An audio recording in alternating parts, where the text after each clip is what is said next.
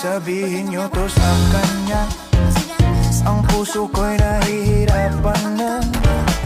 Ano pa ba ang pwede kong gawin na uubra upang maakit siya? Palagay kaya ako ng